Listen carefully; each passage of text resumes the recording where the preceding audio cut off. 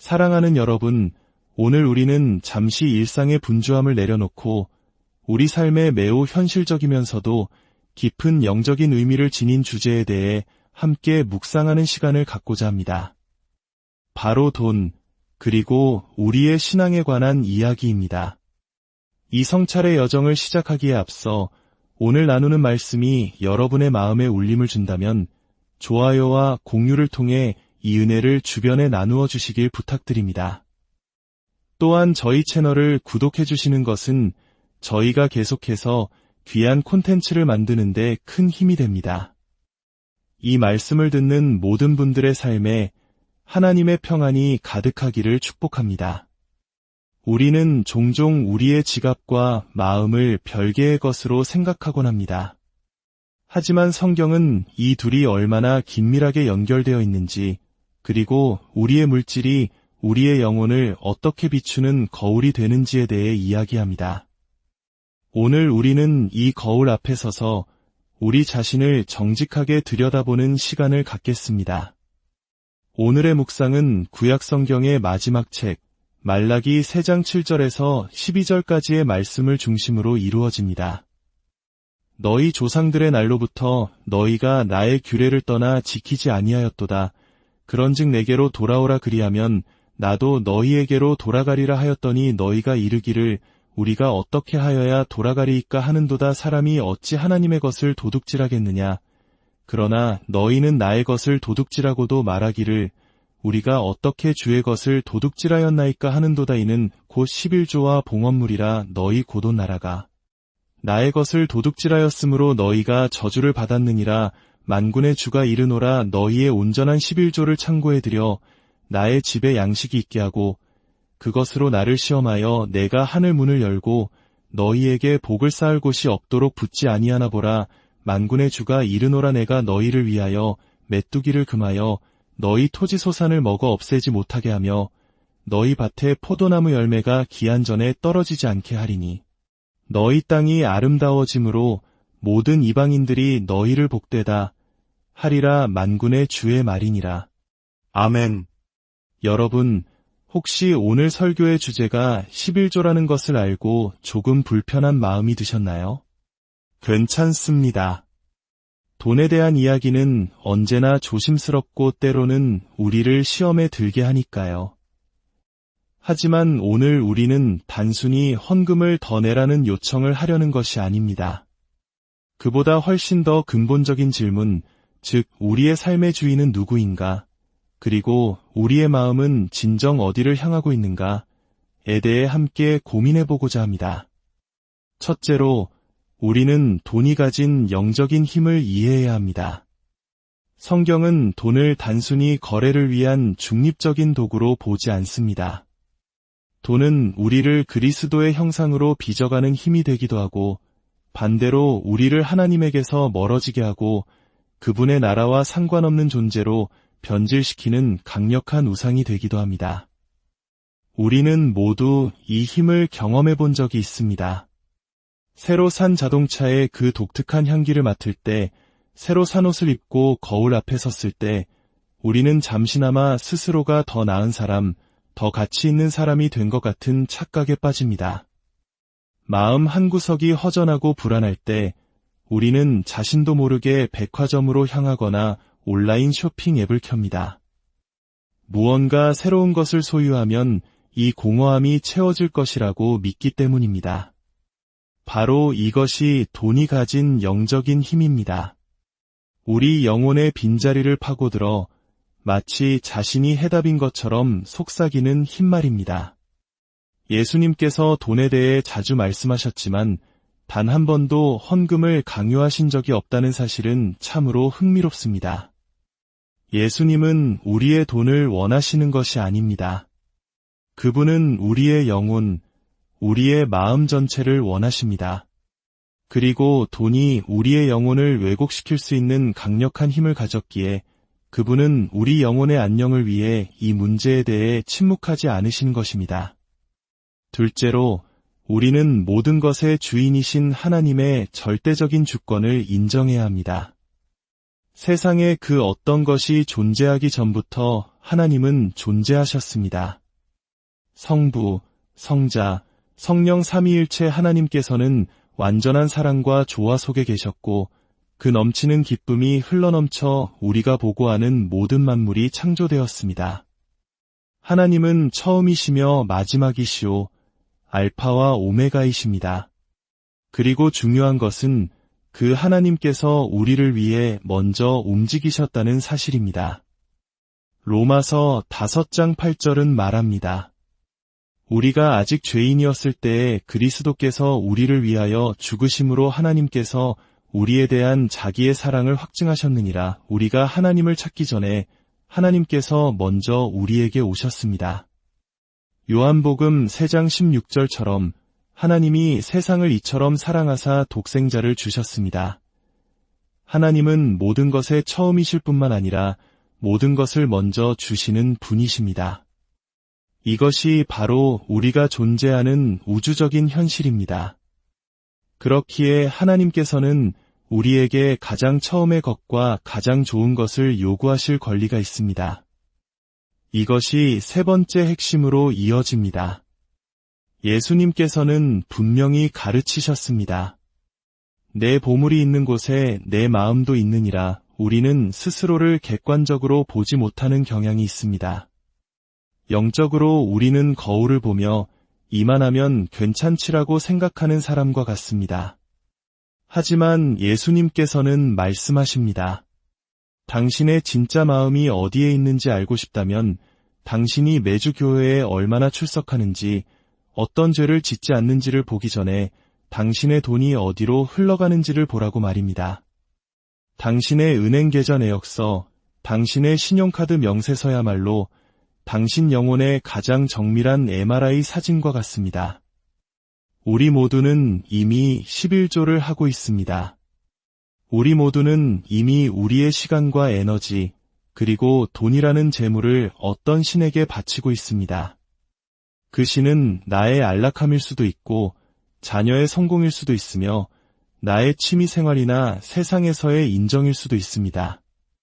질문은 11조를 하느냐 마느냐가 아니라 누구에게, 어떤 신에게 당신의 가장 처음과 가장 좋은 것을 바치고 있느냐는 것입니다.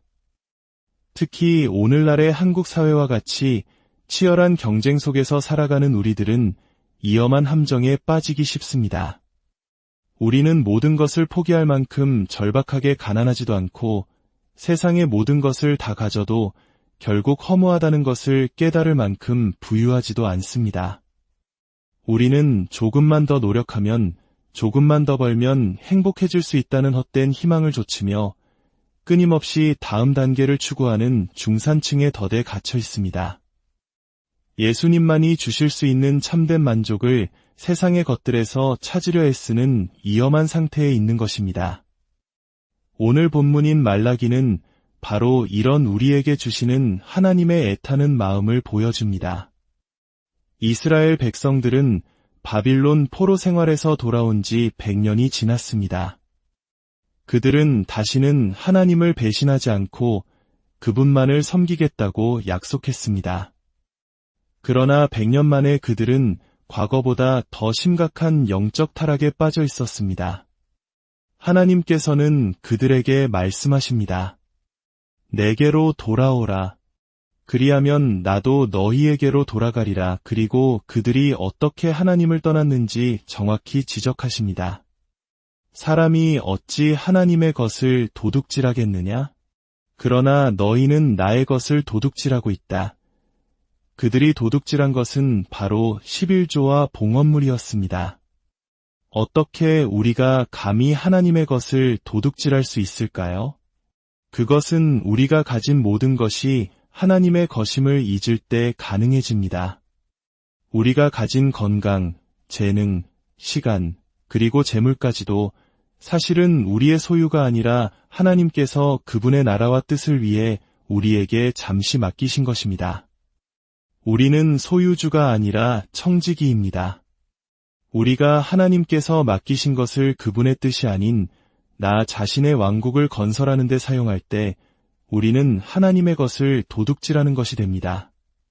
하나님께서는 이스라엘에게 온전한 11조를 가져오라고 명령하시면서 놀라운 약속을 하십니다. 그것으로 나를 시험하여 내가 하늘 문을 열고 너희에게 복을 쌓을 곳이 없도록 붙지 아니하나 보라. 이것은 번영 신학의 약속이 아닙니다. 내가 얼마를 내면 내가 더 큰 돈으로 갚아주겠다는 식의 거래가 아닙니다. 이것은 우리가 하나님을 우리 삶의 최우선 순위로 인정하고 그분의 주권을 신뢰할 때 그분께서 우리의 삶의 모든 영역을 책임져 주시고 보호하시며 공급하시겠다는 관계의 약속입니다.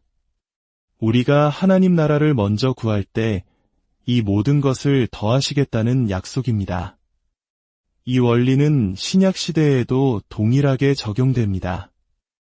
예수님께서는 바리새인들을 향해 이렇게 책망하셨습니다. 화 있을진저 외식하는 서기관들과 바리새인들이여, 너희가 박하와 회향과 근체의 11조는 들이되 율법에 더 중한 바 정의와 긍휼과 믿음은 버렸도다. 그러나 이것도 행하고 저것도 버리지 말아야 할지니라. 예수님께서는 11조 자체를 폐하지 않으셨습니다. 오히려 그 의미를 심화시키셨습니다. 형식적으로 돈만 내는 것을 넘어 정의와 긍휼, 믿음의 삶이 함께 따라야 함을 강조하신 것입니다. 드리는 행위는 우리 마음의 방향을 보여주는 중요한 표현입니다. 제가 아는 한 젊은 목사 부부의 이야기가 있습니다. 그들은 결혼했을 때 남편의 연봉이 현재 가치로 환산해도 약 1,500만 원 정도밖에 되지 않았습니다. 그들은 방 한 칸짜리 월세방에서 에어컨도 없이 여름을 나야 할 정도로 가난했습니다. 하지만 그들은 결혼 생활을 시작하며 한 가지 원칙을 세웠습니다. 수입의 10분의 1은 우리가 출석하는 교회를 위해, 또 다른 10분의 1은 우리보다 더 어려운 사람들을 돕고 축복하기 위해 먼저 떼어놓는 것이었습니다. 상식적으로는 이해하기 힘든 결정이었습니다. 이미 너무나 부족한 살림에 더 큰 구멍을 내는 것처럼 보였습니다. 하지만 그들은 모든 것의 주인이 하나님이심을 믿음으로 고백하며 그 원칙을 지켰습니다. 세월이 흘러 20년이 넘는 시간 동안 그들의 수입은 늘기도 하고 줄기도 했습니다. 삶에 예기치 않은 어려움으로 허리띠를 졸라매야 했던 순간들도 많았습니다.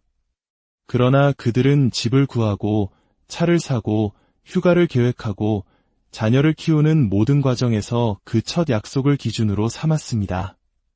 그리고 그들은 한결같이 고백합니다.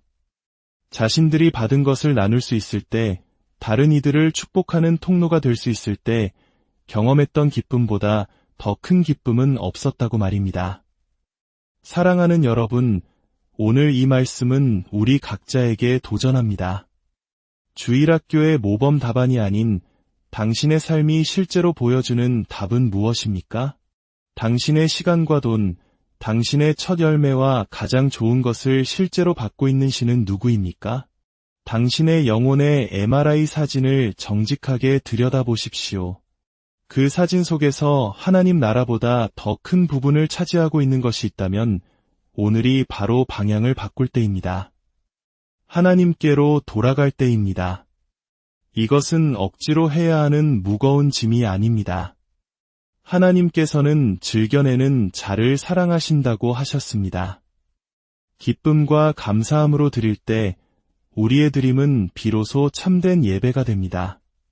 그럴 때 우리의 남은 10분의 9는 하나님의 지혜와 축복 안에서 관리되며 우리는 돈의 노예가 아니라 돈을 다스리는 청지기로서 자유와 기쁨을 누리게 될 것입니다. 함께 기도하겠습니다. 하나님 아버지, 오늘 저희의 마음을 말씀의 거울 앞에 비추어 주시니 감사합니다. 저희가 알게 모르게 하나님이 아닌 다른 것들을 저희 삶의 주인으로 섬겨왔음을 고백합니다. 저희의 연약함을 용서하여 주시고 저희의 마음과 삶의 방향을 온전히 주님께로 돌이킬 수 있는 용기와 믿음을 주옵소서. 저희가 가진 모든 것이 주님께로부터 왔음을 기억하게 하시고 감사와 기쁨으로 주님의 것을 구별하여 드리는 청지기가 되게 하여 주옵소서. 그리하여 저희의 삶이 하나님 나라를 먼저 구하는 삶이 되게 하시고 주님께서 부어주시는 하늘의 신령한 복을 누리며 세상에 그 복을 나누는 축복의 통로로 사용하여 주옵소서. 우리 주 예수 그리스도의 이름으로 기도드립니다.